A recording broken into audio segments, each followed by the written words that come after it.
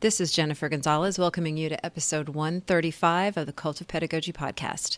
In this episode, I am going to tell you the story of the time I made a fart noise during a test.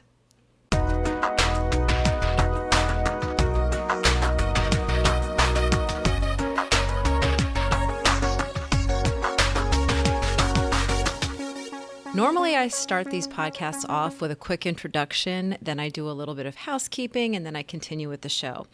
This time, I'm going to switch things up. I'm going to take care of all the other stuff right off the bat so there's no interruption in my flow.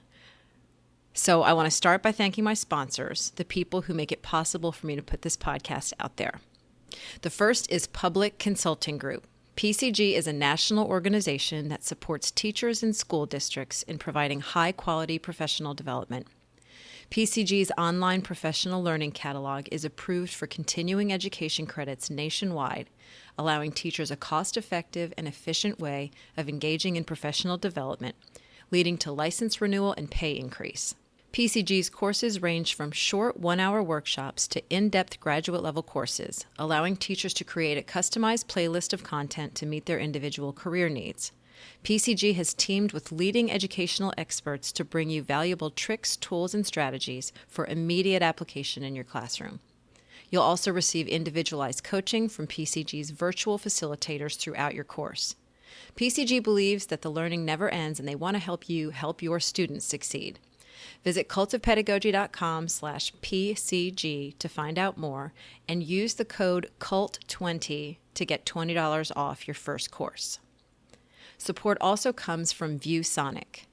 ViewSonic transforms classrooms into immersive learning environments. Their education solutions drive engagement, energize and motivate students, and make teaching more fun.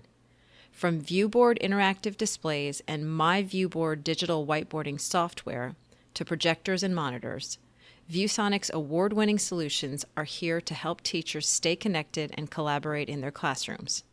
To learn more, visit viewsonic.com/education. The Cult of Pedagogy podcast is part of the Education Podcast Network. The EPN family is the home of dozens of different podcasts, and each one is focused on education. Check out all of our shows at edupodcastnetwork.com. Now, here is my story of the time I made a fart sound during a test. This is a stupid story. I'm telling it for several reasons. One, I'm a little burned out on teaching strategies and education research. I'm preparing to take a month off from blogging and podcasting, and sharing this story seems like a good way to go out.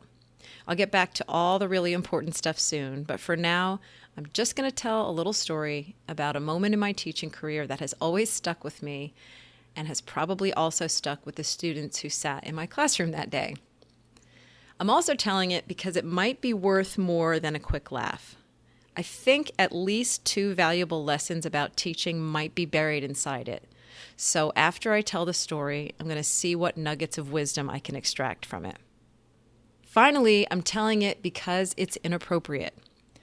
A few weeks ago, a reader emailed me to inform me that she was going to stop sharing my articles with her pre-service teachers until I got more serious about referencing real research in my posts instead of the fluff I'm basing them on now.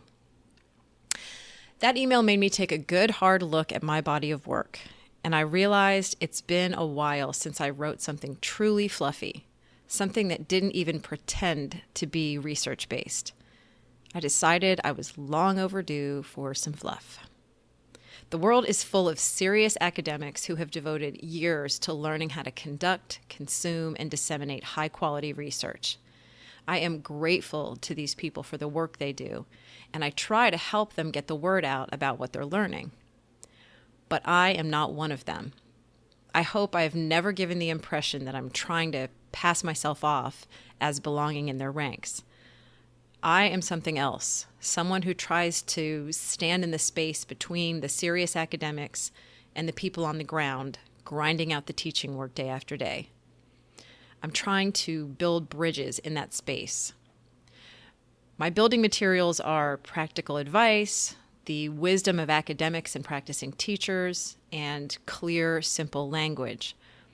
And in equal measure, slang and humor and cussing and stories. Some of them stories of times when I made bad decisions and wasn't a good role model.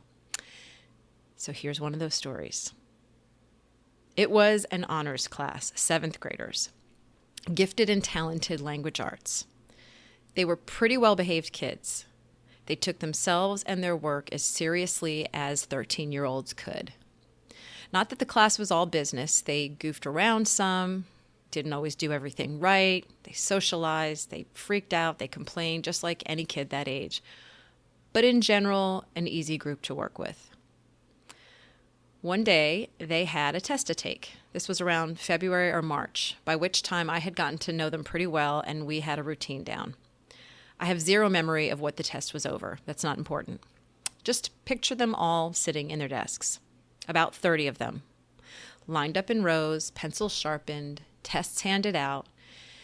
And we were about 4 minutes into it. So by that point, everyone was fully settled. I'd sat back down at my desk, which faced them from the front corner of the room, and I was starting to go through some sort of paperwork or grading or whatever. My heart rate had settled into a nice, slow rhythm. My breathing was nice and steady, and I was just enjoying one of those rare, peaceful moments when all of my students were, all at once, quiet and busy, doing what they were supposed to do. The calm was so strong that it pulled me away from what I was planning to do, and instead I watched them while they worked, gripping their pencils, some biting the edges of their lips ever so slightly, a few glancing at the ceiling while they considered their answers. Some had their feet up on the book racks of the desks in front of them. Others bounced a leg or wiggled a pencil. At these moments, when there was no attitude, no questions I'd already answered 4 times, no complaints about the day's activity, I was able to just look at them and love them. Love them for showing up, for sitting in those desks willingly and going along with whatever I had planned without giving me a fight.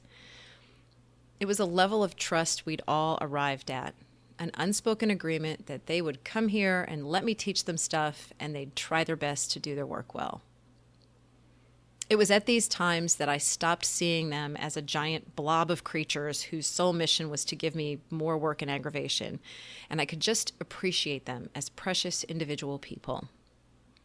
Back then, I didn't have kids of my own, but now I recognize this feeling as the same as when my kids were napping, when all the craziness of trying to parent them slowed all the way down and I could just take in their pure essence. So I was having one of those moments. You with me so far? I could have just enjoyed it. I could have simply taken a deep cleansing breath, noted the presence of bliss, and carried on with my grading. But something came over me. I don't know what it was, but suddenly I kind of wanted to mess with them, to surprise them, I guess. I don't know.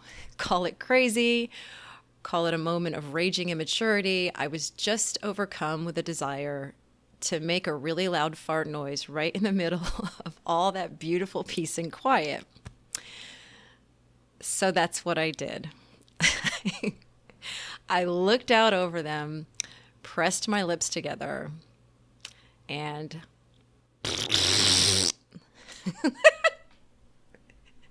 the next few seconds were a thing of beauty.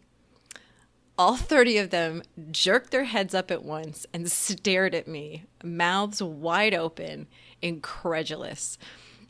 And for just a moment, the air was still while they tried to process what the heck had just happened. I looked back at them, paused for a second, and then burst out laughing. Then they did the same. And there we were, hysterical. After that, it was complete mayhem.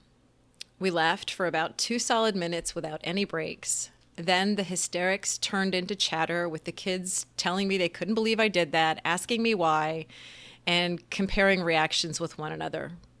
Basically retelling the events that had literally just taken place. Finally, the room calmed down, and I told them to get back to their tests. Turns out it wasn't going to be that easy. Just when things got almost quiet enough, someone would snort really softly, it would set off a chain reaction of giggles, and we'd all be in a heap again. Finally, after about 10 minutes, they all got back to their tests. More small waves of laughter rose up, but we were able to suppress them. A few times, one of them would look up at me, shake their head as if to say, "You're frickin' nuts, you know that?" and then go back to their test. Once class was over, other students approached me, kids from other classes, to confirm the story and see if I was going to do the same thing in their class too. But I said no. It would be too expected, I said. The element of surprise was gone. The next day, and a few more times throughout the year, we would relive the moment again. Someone would remember it. They'd ask me to retell the story, to imitate the way they looked right after I made the sound, and we'd all crack up all over again. That's pretty much it. That's the story. Now, here are the two things I learned. First, I learned the hard lesson that if I am the one who disrupts class, it is going to be 1,000 times harder to get my kids back on track than if one of them did it. Way, way harder. That moment was hilarious. It's one of my favorite teaching memories, but it's no way to run a class. If I'm trying to set a tone of seriousness in my room, if I actually get them all on the same page for once, and I manage to create an environment in which they can fully concentrate, I'm an idiot if I go and mess that up. I also completely destroy my own credibility when the time comes to redirect behavior. I can't very well reprimand someone for making obnoxious body noises if I literally just did it myself. So, this is not something I would advise anyone to do. But, and this is lesson number 2, sometimes it's totally worth it to do something ridiculous, especially if you're doing it for the sake of bringing joy into people's lives and to your own life for even just a few minutes. And this is where I want to tell one more story, a story that might seem unrelated. For me, there's a connecting thread that I'll try to explain. In 2012, I went online in search of an old friend of mine named Deborah, who had been one of my teaching methods instructors when I was an undergrad at Penn State in the early 90s. Deb was my favorite college professor, not because of what she taught me about teaching English, but because of who she was. She made us laugh, told us things about her life, invited us to dinner at her apartment, which was really cool, by the way. She shared honest, unpolished truths with us, things that were not just about being a teacher, but also about being a wife, a woman, a friend, a decent, fully alive human being. She was only at Penn State for a few years while working on her master's degree. The rest of the time, she lived in New York City, which I thought was incredibly glamorous. After graduation, Deb invited me to visit her in Manhattan, where I spent a fantastic weekend walking through her Chelsea neighborhood, eating in diners, going to the movies, watching her teach at Stuyvesant High School, and just generally being in her orbit for 48 hours. We wrote letters over the years, and she'd recommend books, send bits of poetry, share small slices of her life. Eventually, we lost touch. But when I became a teacher, I felt her influence the strongest. Felt myself channeling her honesty, her sense of humor, her sense of fun. She definitely would have approved of me making that fart sound, if for no other reason than to see the looks on the kids' faces. When I looked for Deborah online in 2012, what I found was an obituary. She had committed suicide the year before. She'd written "Thank you, everyone" on the board in her classroom, left her keys on her desk, drove home, swallowed a bunch of pills, then walked into the creek behind her California home. She was 53. To say I was shocked would be an understatement. Not only was she someone who lived with creativity and gusto, a woman described by people who knew her as a whirlwind, a most delightfully original person, smart, theatrical, bawdy, very funny, and a little reckless. But she also didn't take crap.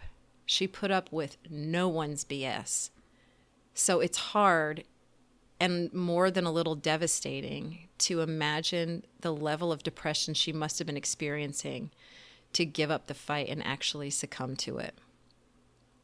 Knowing that Deborah's time on this earth had ended in such a tragic way made her life even more precious to me.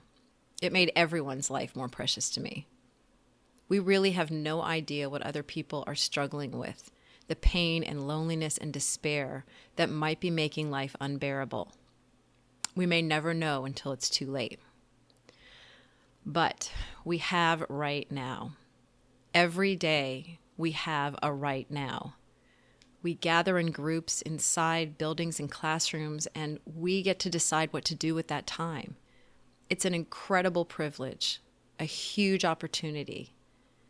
As educators, we are so much more than delivery systems for information. When we come together with our students every day, we are doing so much more than teaching them about stuff. We are also being together. One of the things that makes humans so unique, so different from other species, is our ability to experience joy. And one of the best manifestations of joy is laughter. The kind of laughter that surprises us and bonds us and melts our anxiety. Laughter that takes us away from the have-tos and the must-dos and reminds us that there's a lot more to life than being productive and accomplishing things. Laughter that makes us feel, for a few minutes anyway, that we're not alone. Making that stupid fart sound is not even the most inappropriate thing I did in that class that year. I saved one more for the last day of school. Maybe someday, if I find I'm running short on fluff, I'll tell you about it.